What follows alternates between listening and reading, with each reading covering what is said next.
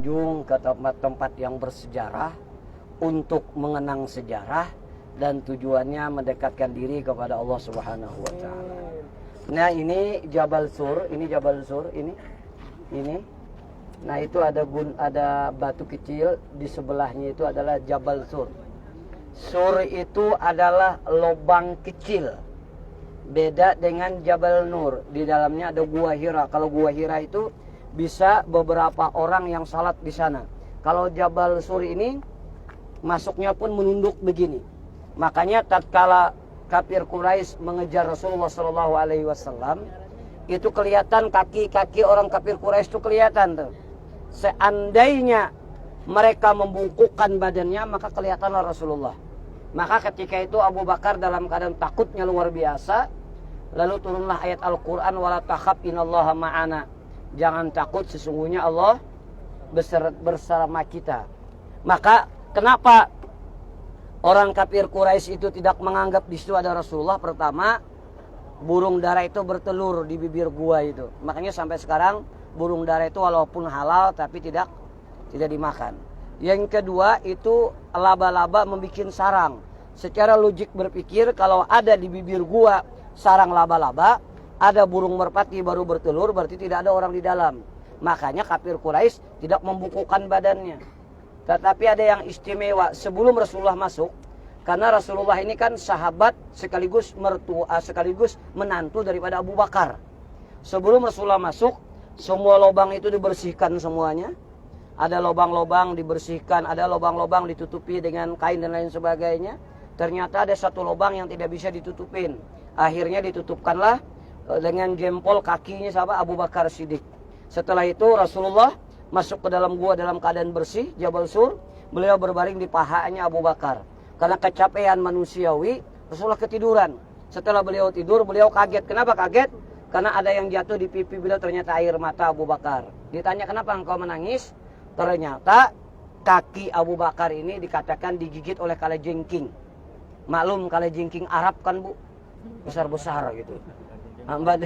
Habis digigit itu, akhirnya diambil Rasulullah kakinya, lalu dengan mengucapkan Bismillahirrahmanirrahim, beliau ludahin kakinya. Seketika itu sembuh kakinya Abu Bakar. Kenapa? Karena air ludahnya Rasulullah ini bisa menjadi penyembuh. Cuma ini tolong jangan dipraktekkan.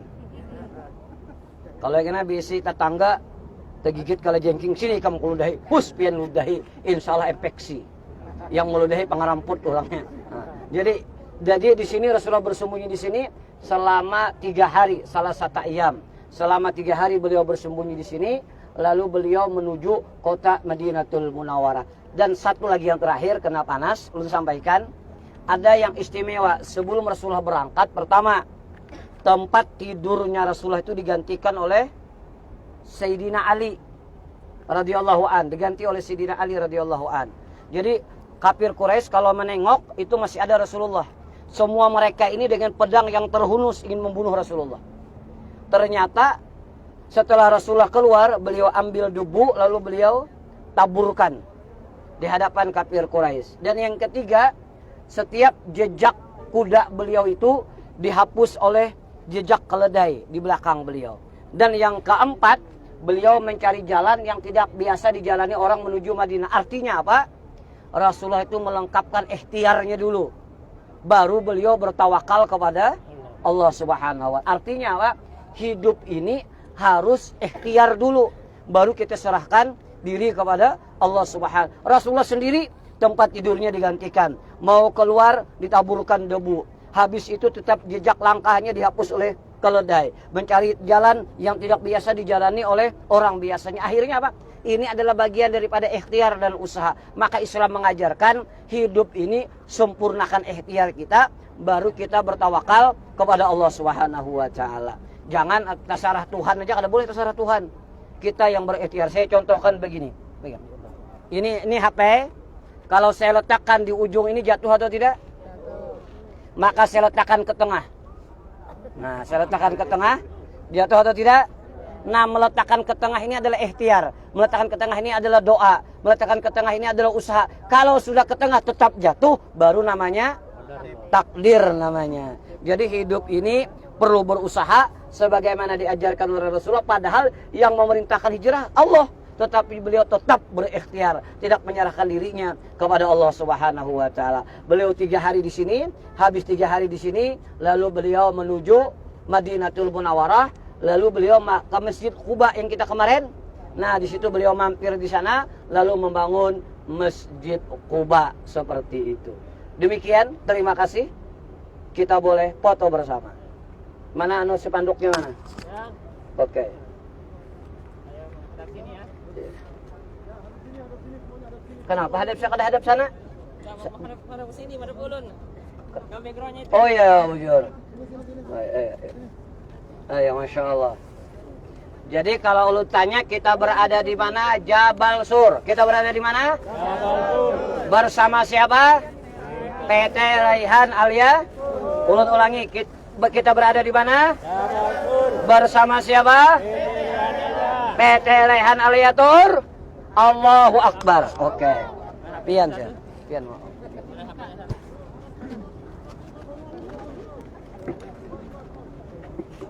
Ini si Rian sudah. Sudah Rian. Halo, tes. Ini Rian. Rian.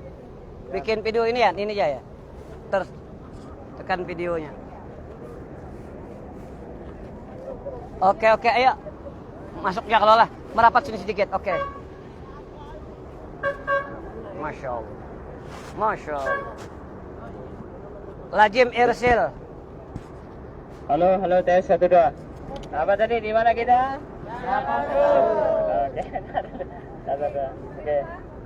Kita yel-yel dulu, Guru. Yel dulu.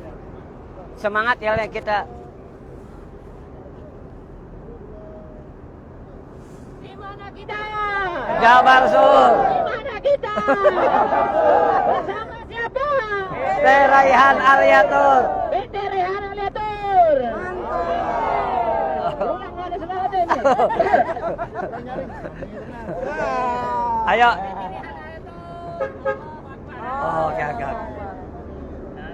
Oke. Di mana kita? Jabal Sur. Bersama siapa? Allahu Akbar. Allahu Akbar.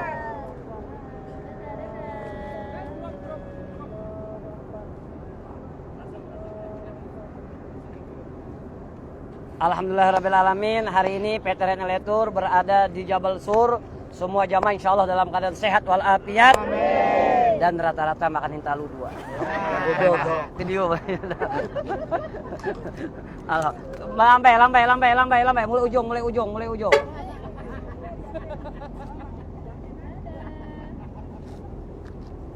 Masya Allah. Luar biasa. Senyum. Masuk Facebook, senyum. Masya Allah. Luar. Alhamdulillah. PT Raihan Aliatur. Allahu Akbar. Nasib. Alhamdulillah. Yang kayak apa hendak semangat jemaah PT